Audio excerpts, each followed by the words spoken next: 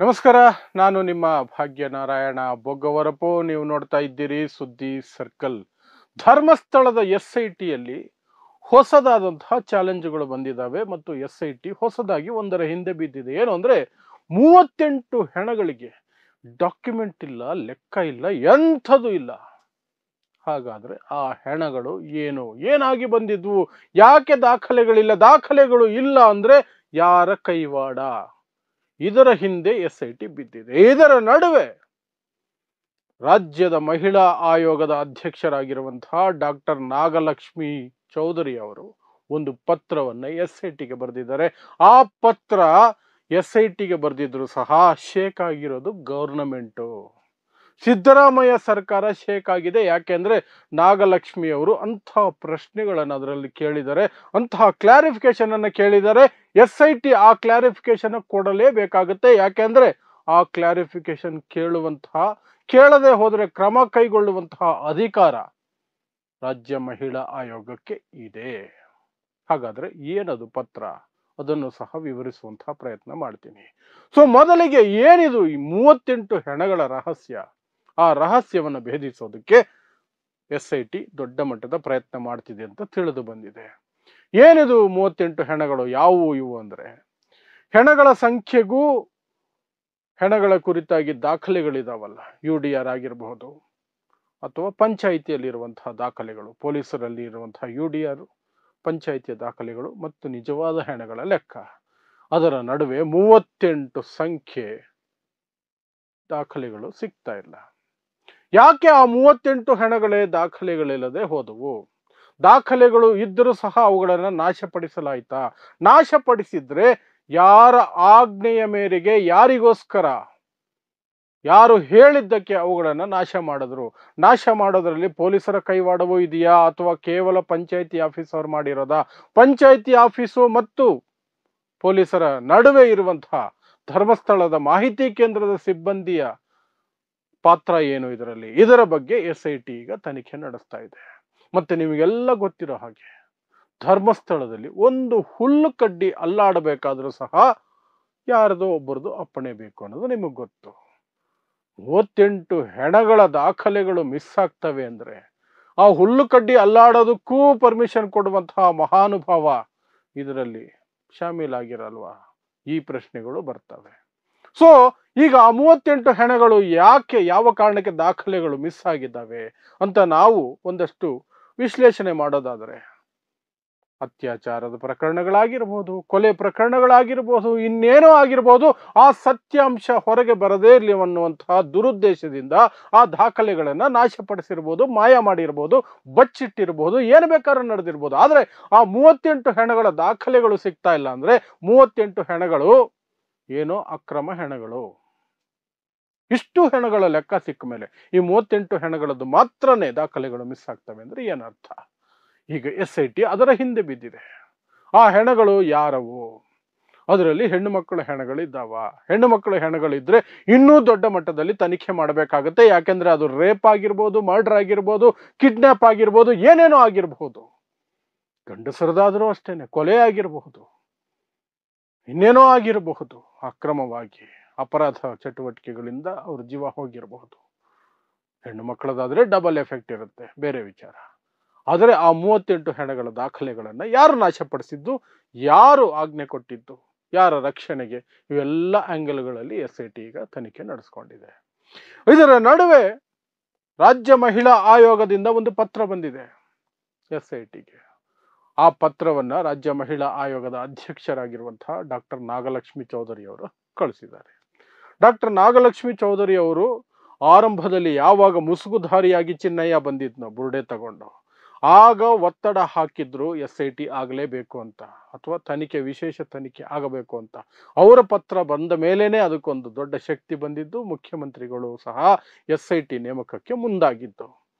ಆಗಲಿಂದಲೂ ಸಹ ಅವರ ಪಾತ್ರ ದೊಡ್ಡದಿದೆ. ಈಗ ಎಲ್ಲರೂ ಹೇಳ್ತಿರುವಂತಹದ್ದು SIT ಒತ್ತಡಕ್ಕೆ ಮಣಿದಾಗಿದೆ, ಸರ್ಕಾರ ಒತ್ತಡ ಹೇರ್ತಿದೆ, ಅಂತಿಮ ವರದಿಯನ್ನ ಕೇಳ್ತಿದೆ, ಅವರು ಕೊಡ್ತಾರೆ, ಕ್ಲೀನ್ ಚಿಟ್ ಕೊಟ್ಟು ಬಿಡ್ತಾರೆ ಆರೋಪಿ ಸ್ಥಾನದಲ್ಲಿರುವಂತಹ ವ್ಯಕ್ತಿಗಳಿಗೆ ಆರೋಪ ಮಾಡಿರೋರ ವಿರುದ್ಧನೇ ಈಗ ಕ್ರಮಗಳಾಗ್ತವೆ ನೋಡ್ತಾ ಇರಿ ಅನ್ನುವಂತಹ ಮನಸ್ಥಿತಿಯಲ್ಲಿ ಆ ಲೆಕ್ಕಾಚಾರದಲ್ಲಿ ಸಾಕಷ್ಟು ಜನ ಇನ್ಕ್ಲೂಡಿಂಗ್ ಮೀ ಇರಬೇಕಾದ್ರೆ ಈ ಪತ್ರ ಬಂದಿದೆಯಲ್ಲ ಮಹಿಳಾ ಆಯೋಗದ ಅಧ್ಯಕ್ಷರಿಂದ, ಇದು ಒಂದು ಭರವಸೆಯನ್ನ ಮೂಡಿಸ್ತಾ ಇದೆ. ಈಗ ಒಂದು ಭರವಸೆಯನ್ನ ಮೂಡಿಸ್ತಾ ಇದೆ. ಇಲ್ಲ, ಈ ತನಿಖೆ ಅಬ್ರಪ್ಟ್ ಆಗಿ ನಿಂತು ಹೋಗಲ್ಲ, ಸತ್ಯ ಹೊರಗೆ ಬರದೆ ಈ ಒಂದು ತನಿಖೆ ನಿಂತು ಹೋಗಲ್ಲ ಅಂತಹದ್ದೊಂದು ಭರವಸೆಗೆ ಈ ಪತ್ರ ಕಾರಣ ಆಗ್ತಿದೆ. ಯಾಕಂದ್ರೆ ನಾಗಲಕ್ಷ್ಮಿ ಅವರು ಅಂತಹ ವಿಚಾರಗಳನ್ನು ಅದರಲ್ಲಿ ಎತ್ತಿದ್ದಾರೆ. ಆ ಪತ್ರದಲ್ಲಿ ಏನಿದೆ ಹಾಗಾದ್ರೆ?